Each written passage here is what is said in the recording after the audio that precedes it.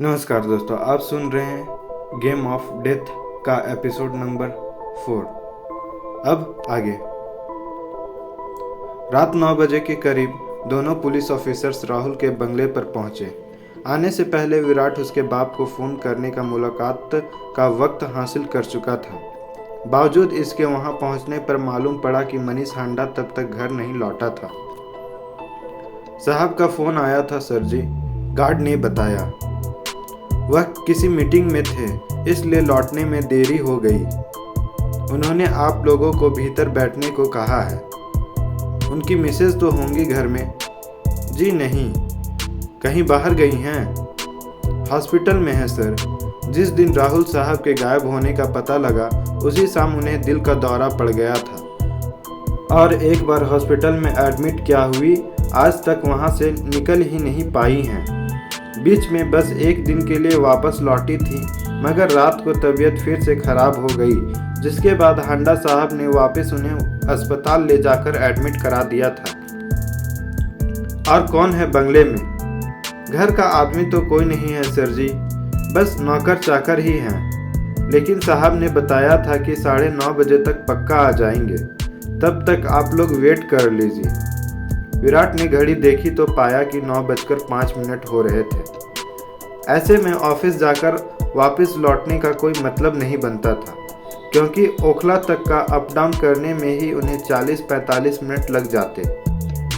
उनसे इंतजार करने का फैसला किया गया।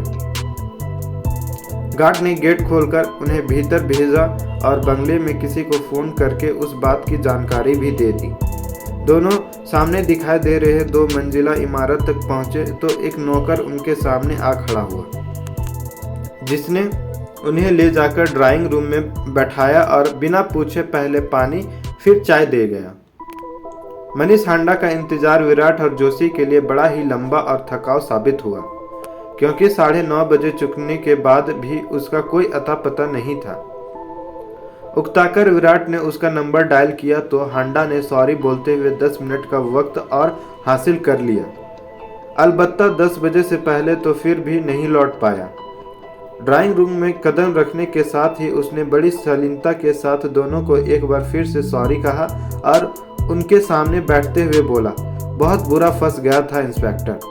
बोर्ड ऑफ डायरेक्टर की मीटिंग थी जो उम्मीद से कहीं ज़्यादा लंबी खिंच गई, वरना तो 6 बजे की फ्लाइट से ही सीट पहले से रिजर्व थी मेरी, इसलिए 9 बजे तक हर हाल में घर पहुंच जाता। मगर लेट लतीफ़ के कारण दूसरी फ्लाइट लेनी पड़ी जो कि 7 बजे की थी। अभी सीधा एयरपोर्ट से ही चला आ रहा हूं। आप मीटिंग के लिए कहीं बाहर गए थे? विराट ने हैरानी से पूछी। हाँ भाई, मुंबई, तभी तो इतना वक्त लग गया। ऐसे में तो सॉरी हमें बोलना चाहिए सर, एहसास तक नहीं था कि आप दिल्ली से बाहर हैं।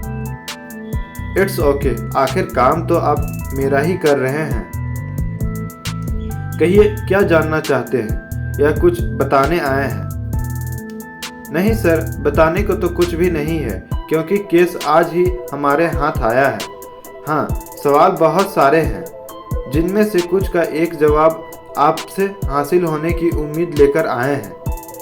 मैं भी क्या बता सकता हूँ भाई, वह अफसोस भरे लहजे में बोला।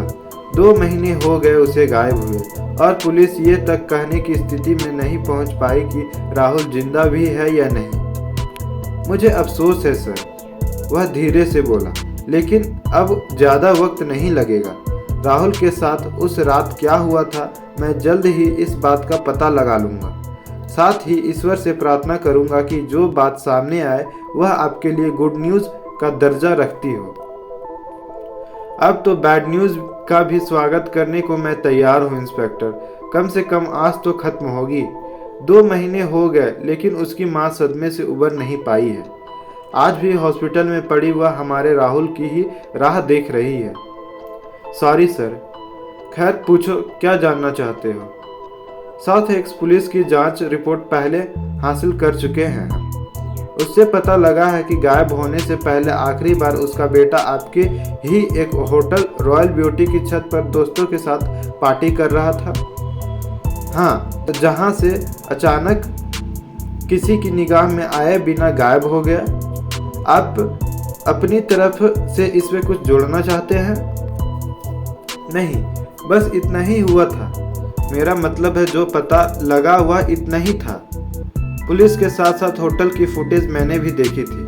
उनमें राहुल अपने दोस्तों के साथ वहां दाखिल होता तो बराबर दिखाई देता था, मगर जाता हुआ नहीं दिखा। छत पर तो सीसीटीवी नहीं लगी होगी? नहीं, कभी कोई ज़रूरत ही महसूस नहीं हुई।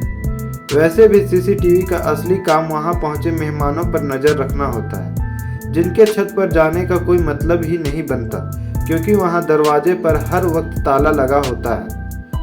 बाकी का पूरा होटल सीसीटीवी सर्विलांस के दायरे में आता है। पिछले हिस्से को छोड़कर उस तरफ डीडीए का बनाया एक पार्क है, जो साल भर पहले बहुत बड़े बखेड़े की वजह से बन गया था। उसी वजह से उस तरफ लगे तमाम कैमरे हमें हटाने पड़ गए थे। कैसा बखेड़ा? पार्क में दिन के वक्त नौजवान जोड़ों का आना जाना खूब होता है, जो कि सीसीटीवी के कारण हमारे सिस्टम में न चाहते हुए भी रिकॉर्ड हो जाया करता था। मुसीबत तब सामने आई जब हमारे तब के रिसेप्शनिस्ट ने वहां मस्ती कर रहे एक जोड़े की बड़ी आपत्तिजनक वीडियो अलग से कॉपी कर ली। फिर जाने कैसे उसने पता लगा लिया कि उन दोनों में से जो लड़का था वह किसी एमएलए का बेटा था, जबकि लड़की एक पुलिस ऑफिसर की बेटी थी। रिसेप्शनिस्ट ने कमीनगी ये दिखाई कि उस वीडियो की बिना पर दोनों को ब्लैकमेल करना शुरू कर दिया। मामला एमएलए से होते हुए उस पुलिस अफसर तक पहुंचा, जिसने असलियत का पता लगाया और हमारे रिसेप्शनिस्ट को गिरफ्तार करवा दिया। उसके पास मौजूद फुटेज की कॉपी और हमारे होटल की तब तक की सारी रिकॉर्डिंग भी डिलीट करा दी गई। आगे से वैसा कोई बखेड़ा ना हो, इसलिए सावधानी बरतते हुए मैंने खुद उधर लगे तमाम कैमरे हटवा दिए थे। यानी पूरे होटल में कम से कम एक जगह तो जरूर ऐसी थी जिधर से आपके बेटों को कैमरे की निगाहों में आए बिना गायब किया जा सकता था। कैसे पॉसिबल है भाई? होटल 4 मंजिलों तक उठा हुआ है। उतनी ऊंचाई से कोई राहुल को पूरी खामोशी के साथ कैसे नीचे ले जा सकता था? और ले गया होता तो क्या उसके दोस्त को खबर नहीं लगी होती? फिलहाल आपके इस सवाल का मेरे पास कोई जवाब नहीं है सर, कहकर विराट बड़े ही विश्वास के साथ बोला। लेकिन जल्द ही होगा। I hope so. और कोई बात जो तफ्तीश में हमारे काम आ सके? भाई, उसके दोस्तों की खबर तो तुम लोगों को पहले से है। उनसे पूछताछ भी हो चुकी है, इसलिए जानते ही होगे कि मालूम कुछ भी नहीं पड़ा। बाद में मैंने भी एक एक करके सबको अपने विश्वास में लेकर राहुल के बारे में सवाल जवाब किया था, मगर सातों ने उसके बारे में कुछ भी जानना होने से इनकार कर दिया था। इसके अलावा बताने को मेरे पास रह ही क्या जाता है।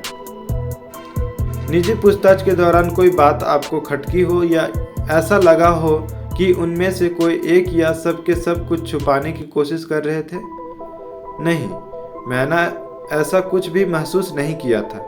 किसी के साथ कोई दुश्मनी नहीं है। बिजनेस में कोई कॉम्पिटिटर? ऐसा कोई नहीं जो मेरे बेटे को गायब कर दे। फिर हासिल क्या होना था वैसे कुछ करके? और लाख रुपए का सवाल ये कि होटल में किसी की निगाह में आए बिना कोई राहुल को उठाकर कैसे ले जा सकता था? दोस्तों में सबसे ज्यादा उसकी किसके साथ बनती थी? सबके साथ अच्छी बनती थी। पार्टी में शामिल दोस्तों के अलावा कोई और जिसे राहुल का दोस्त कहा जा सके? मेरे दूर के एक रिश्तेदार का बेटा है जयदीप। राहुल का उसके साथ अक्सर मिलना जुलना हो जाया करता था, घर भी आया करता था हमारे। बल्कि राहुल के गायब होने के बाद तो लगातार कई दिनों तक आता रहा था। उसका कोई पता ठिकाना? लाजपत नगर में जेम्स का एक बड़ा शोरूम है, उसके फादर का, प्योर जेम्स के नाम से। घर भी वहीं सेंट्रल मार्केट के करीब में ही कहीं है, लेकिन स्ट्रीट एड्रेस मैं नहीं जानता। जरूरत हो तो बताओ, मैं पता लगा के। नो प्रॉब्लम सर, हम खुद ढूंढ लेंगे, जैसा तुम ठीक समझो। राहुल की कोई गर्लफ्रेंड? नैना सब्रवाल। उसका कोई कांटेक्ट नंबर? मेरे पास नहीं है, मगर सब इंस्पेक्टर मुकुल के पास जरूर होगा। आपका बेटा करता क्या था? कुछ नहीं करता था।